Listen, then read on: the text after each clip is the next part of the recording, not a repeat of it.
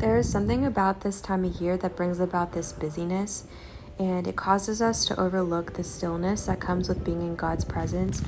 So when I had the opportunity to come to the harbor and cloud chase for a little bit, I took it. And even though I was avoiding the dishes I had at home, I knew that if I prioritized time with him, that it would help me to be energized for the rest of the day. What's going on here? Life is getting a little chaotic. Anyways, look at these fries. So good. I have no clue like what to make tonight for dinner. That's a whole another situation. Anyways, I'm not gonna bore you with like what I'm doing. Eating plant-based, people make it seem like, oh, like what am I gonna do if I don't eat meat? Like, bro, you get to eat carbs all day. How can you be mad? And my skin cleared up a lot too. Okay, so we're facing reality. We're cleaning. But you know what? Low-key, if I put on some good music and I just talk to God the entire time, it makes it so much easier. Now, we had to clean from the bottom up because, you know, holiday season, things get a little chaotic. But yeah, we were doing the thing, and I definitely got 10K steps in doing this. Being productive about this coat closet. She's done. I don't have to look at her for a while. Oh my gosh, Mom, fresh sheets? It's been months. I do need to buy some new sheets, but like this one has like holes in it, but I'm the type of person I just like will not buy new stuff unless I need to. Oh, clean check. Kitchen, clean. Everything's vacuumed. Living room, done. Room, done. Coat closet included. Completely organized. I think I'm the most proud of this because it's been like an eyesore for many weeks now. Semi-organized. And just like that, we're on to Saturday. I did not feel like going to this workout. But the thing that motivates me the most is that I focus on how I'm going to feel after versus how I'm going to feel getting ready to go. I know that once I do something for my body that makes me feel more energized, I'm very thankful that I did it to begin with. So low-key, I kind of just like put the blinders on and just do it. I don't even think. I'm just like, all right, let's just get to the gym. We'll figure it out. We'll come out much better. I did this holiday bike situation. The guy was wearing a Santa suit, so I guess that makes it Vlogmas.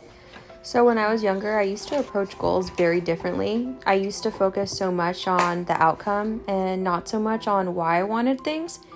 And as I've gotten older, I realized that if I base my motivation off of things that are superficial, they hardly ever get done.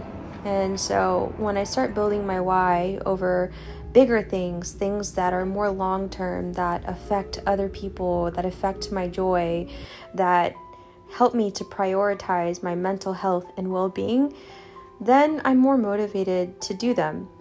Another part of that is how I nourish my body. Before I started this plant-based journey, I always relied on my mom to cook my meals for me, but as I was the only plant-based weirdo, I had to learn how to create my meals myself. YouTube was a large resource. I took meals that I really loved before I became plant-based, and I tried to just put a plant-based spin on them.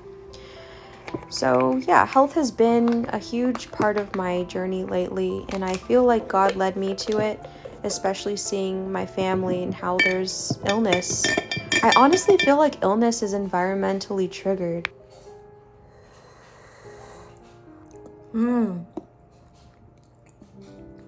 I'm trying to get my tikka masala down, and this tastes closer to a tikka masala sauce than ever before. So we're getting better. I do have to run some errands. There's this activity we want to do, and there's some food I want to cook. So let's head out to the store. Okay, but why is the Walmart craft section giving? I mean, it was giving everything that I was looking for. Highly recommend because Hobby Lobby was nowhere near me. Okay, bye. Got our art supplies because we're gonna be painting for Christmas. And then now we're stopping by the store because I want to make some macaroni and cheese for dinner for Christmas. Christmas Eve dinner or Christmas, whatever. We're gonna be making some mac and cheese, and then I kind of want to bake some cookies. I got plenty of stuff. I'm gonna make this plant-based cheese sauce, so I'm using potatoes as my base. And I think I'm gonna close out this vlog. Bye. Good morning. Watch.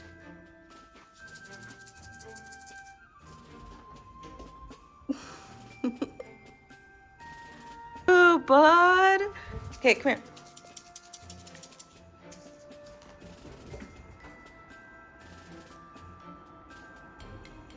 He likes the cat bongos. Cat bongos.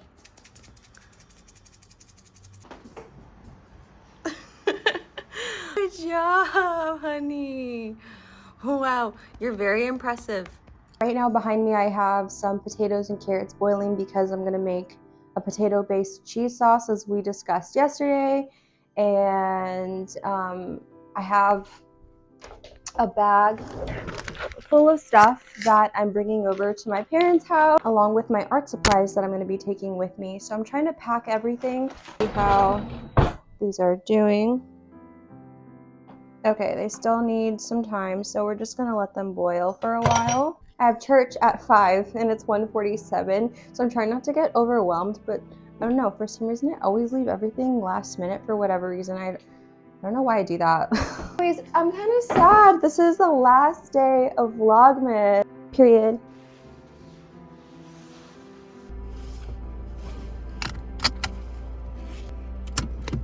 So just pulling up to church.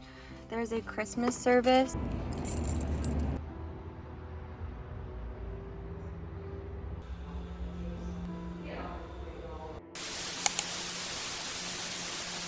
I do realize that this time of year is not always the happiest of times for everyone. Some of us have been rejected by our families for whatever reason, or maybe we grew up orphaned, or maybe we experienced some type of loss and are currently processing grief. The holidays are a reminder sometimes for those who don't have a close-knit family that or feel rejected by the world. The message that Jesus has is for the broken and the lost. Jesus' promise of being adopted into the family that is mentioned over and over in scripture. It talks about orphans, it talks about the widowed, it talks about the broken and the lost. That is Jesus's message, and he is close to those who are brokenhearted. And so if this time of year is difficult for you, just know that you are not alone. There was a time in my life when I was incredibly angry. I couldn't understand why I felt so different than the world, why I felt like I was being rejected left and right, why I felt like I just didn't fit in any particular space, whether that was at school, at work, or with my family. I think a lot of that was the enemy trying to isolate me, and maybe he's trying to isolate you too, making you feel more and more unlovable. It is part of carrying our cross.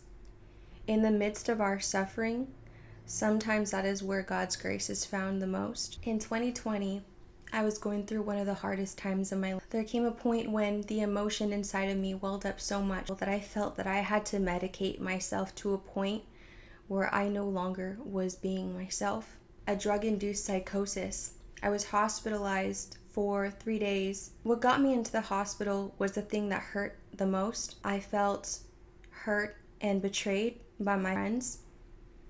There was a friend that I was living with that had called the police on me because I was just acting out. And they didn't look past or beneath why I was acting out. They just saw that I was acting out, that I was being rebellious. Exploring, I was seeking, I was looking for anything that would just give me some sense of relief, and so I ended up doing too much. And so sometimes it leads you down really dark paths that get you in trouble. While on the outside it may seem like you are just rebelling, screaming for help.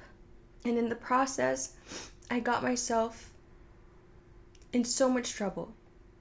My friend that I had lived with at the time that I thought was my best friend, one of my best friends. I grew up with her, called the police on me. That hurt. As I was on the sidewalk, I felt so hurt, so rejected by my friends. It was during the pandemic, and so no one could visit me.